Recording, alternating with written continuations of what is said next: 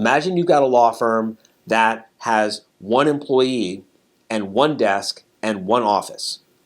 And then you execute a great marketing plan. And you do a phenomenal job at sales. And you've got wonderful processes and systems and procedures that keeps your staff and your clients happy and your law firm profitable.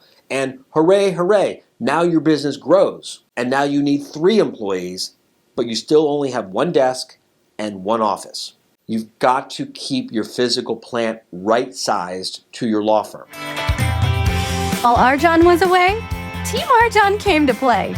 Well, the cat's out of the bag now, folks, but we're still here bringing you our favorite and most importantly, actionable insights to RJon's newest book, Profit First for Lawyers. We're going to help you accelerate your law firm's growth so that you can experience more profit in every aspect of your life. We're also going to be providing some behind-the-scenes footage at what it's really like to work with RJon Robbins. So, put your BS aside for the next few minutes and put yourself, your family, your firm, and your profit first. Welcome back to another episode of the Profit First for Lawyers podcast. My name is Karli, and today we are more than halfway through our 7-part series on the 7 main parts of every successful law firm. Today we're going over part 5, physical plant. If you haven't seen the previous episodes in this series, I really highly recommend that you check those out first. We have links in our show notes for easy access to those, so go click those, watch those, come back to this one.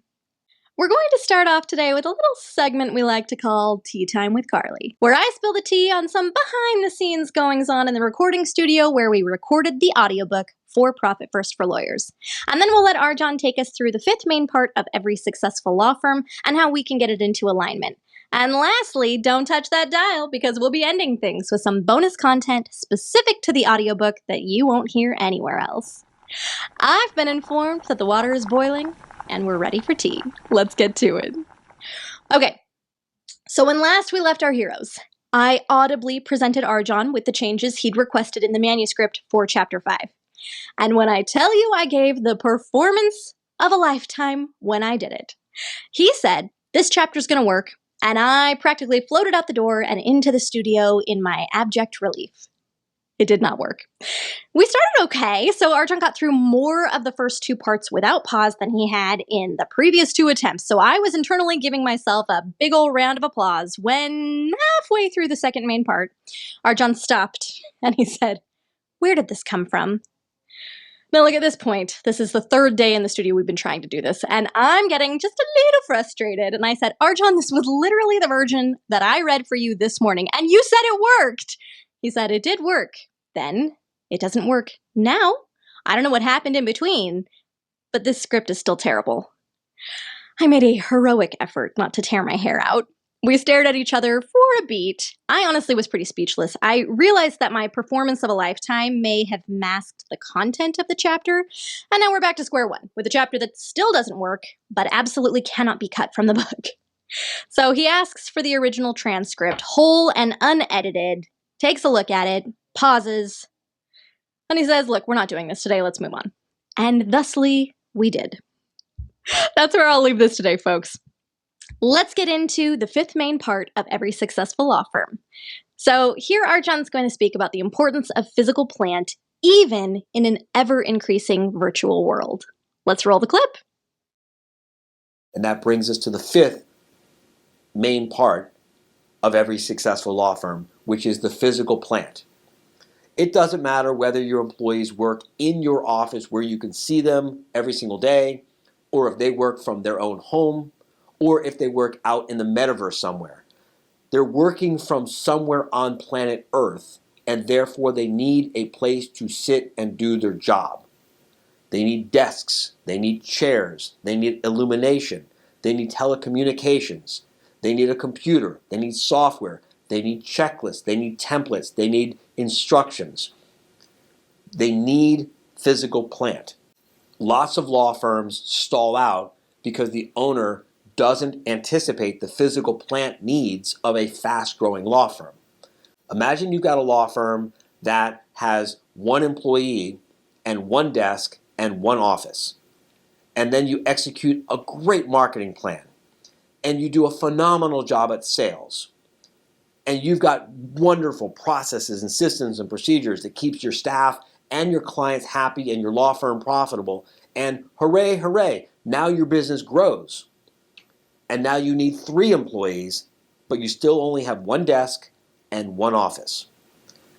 You've got to keep your physical plant right-sized to your law firm. Now, RJon mentions in this clip that your physical plant should be an honest reflection of your marketing and vice versa. So here's a bonus snippet from the audiobook that's only in the audiobook. When we were in studio, this literally made me feel like I had a giant glowing light bulb above my head because I had such a big aha moment. I'd really never heard this topic approached in this way. So take a look and see if you feel like I did. Let's roll the clip. For example, if you were to put fancy tablecloths and fine china and beautiful silver and nice crystal glasses in a McDonald's business model, that obviously wouldn't make any sense. Similarly, if you were to try to put plastic tables and plastic chairs and bolt them to the floor and serve the food on a plastic wrap in a paper bag, that wouldn't make any sense either for the fancy steak restaurant. The point is, the business model needs to all hang together and make sense. There's nothing wrong with having plastic tables and plastic chairs bolted to the floor and a playground out the window for the parents to watch the kiddies while they eat their cheeseburgers. There's nothing wrong with having crystal and silver and fine linen and a beautiful candlelit environment. You have to make sure the physical plant is properly aligned to the business model, which means it has to be properly aligned to the marketing so that you set proper expectations for your prospective new clients so that your salespeople are selling an honest product and giving people what they came to expect when they came in through marketing. So marketing leads to sales, sales leads to production, production gets done by following processes and systems and procedures and checklists and templates, production gets done by people, and people use physical plant. I hope you got a lot out of this today, folks. Thanks for tuning in. As always, if you like what you're hearing, share it with your friends. And if you have any questions about this topic or any of the others, be sure to send us an email at podcast@profitfirstforlawyers.com, and we'll get those answers for you. Stay tuned next time as Zoe from Team RJon returns to the show. The last time Zoe was here, she spoke about having 10 seconds of courage and the difference between fixing a problem and solving a problem. If you didn't catch that one, go back and listen to the episode. Next week, she's bringing another of her favorite clips from the recording studio, so stay tuned. And we'll see you then. Thank you for joining us on another episode of Profit First for Lawyers. If you're enjoying what you're hearing, tell a friend. And buy your copy of the book at profitfirstforlawyers.com. Your future self will thank you for it. And we will see you next time.